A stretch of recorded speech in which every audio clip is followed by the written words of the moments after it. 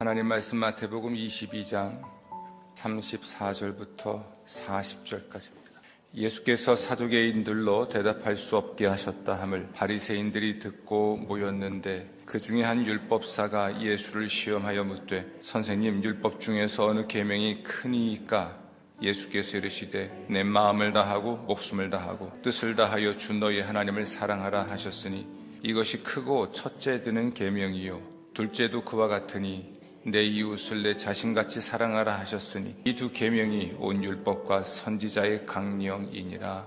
아멘. 아멘. 오늘은 교제의 속성에 관한 말씀입니다. 어느 율법사가 예수님을 시험하여 질문을 했습니다. 율법 중에서 어느 계명이 큽니까? 예수님이 이 질문을 받으셨을 때 사실은 유대인들의 동기가 순수하지 않다는 걸 알고 계셨어요. 말꼬리를 잡아서 예수님을 모함할 목적이 있었던 질문이죠. 그런데 아주 정확하고 당당하고 담대하게 또 어떤 누구도 시비를 걸어오지 못하도록 대답을 하셨습니다. 첫째는 하나님을 사랑하라이고 둘째는 이웃을 사랑하라입니다. 그러면 여러분, 성도의 교제에서 가장 중요한 계명이 뭘까요? 그 중에 첫째 되는 것이 무엇입니까?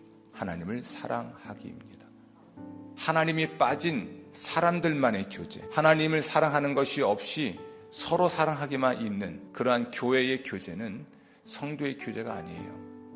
요한일서 4장 8절인데요. 하나님은 사랑이십니다.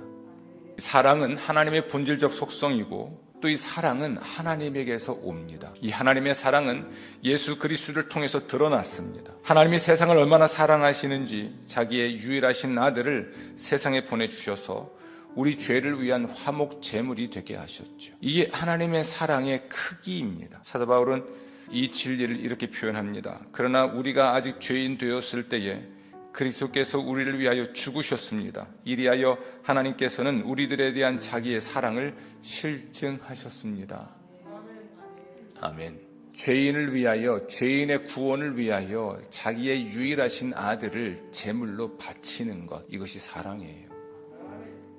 하나님의 사랑, 예수 그리스도의 사랑으로 우리가 사랑할 수 있을까? 이것은 돌을 닦아서 될 일이 아니에요. 마음을 수양해서 될 일이 아닙니다.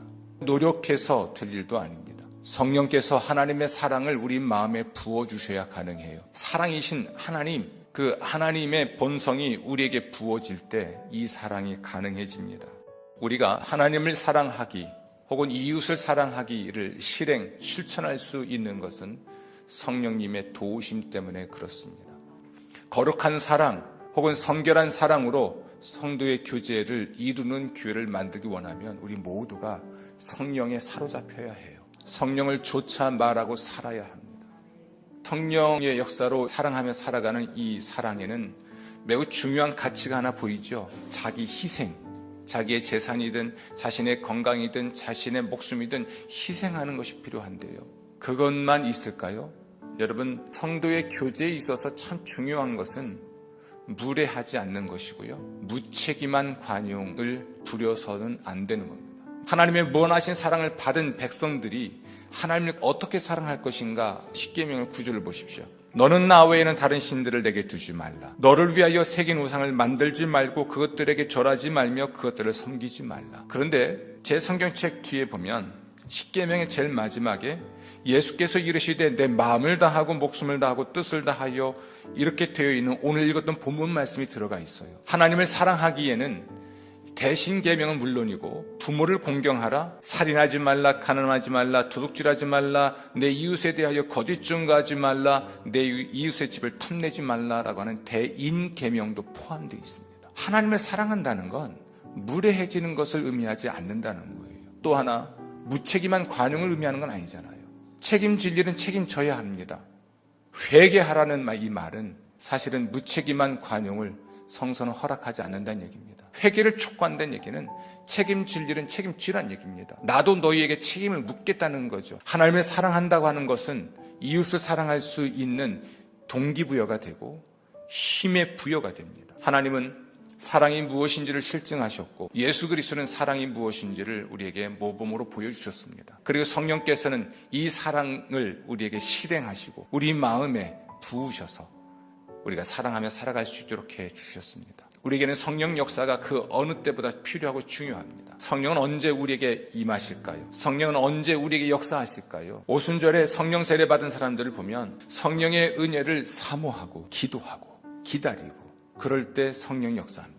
정말 하나님의 사랑으로 사랑하기 원하고 성령의 은혜를 사모하고 기도하고 기다리고 성령이 역사할 때 또한 순종하고 성령을 쫓아 살고 그럴 때 성령이 우리에게 역사하시고 성령의 사랑으로 사랑할 수가 있습니다. 무익에 힘쓰십시오. 하나님을 사랑하십시오. 존경하고 존중하십시오. 그래야만 하고 그래도 됩니다. 예의를 갖추고 자기 책임을 다하는 성도가 되어서 하나님을 정말 사랑하고 그 사랑의 힘으로 서로를 사랑할 수 있는 여러분 되시기를 주의 이름으로 축원합니다.